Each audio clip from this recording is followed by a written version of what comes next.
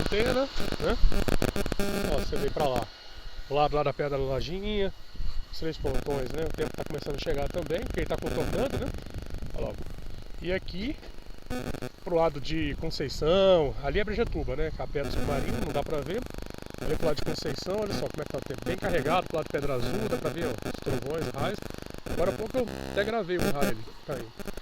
Caiu lá pro lado da Vargem Grande, caiu exatamente por aí onde você mora. Mais ou menos aqui assim, ó. Foi cruz, credo.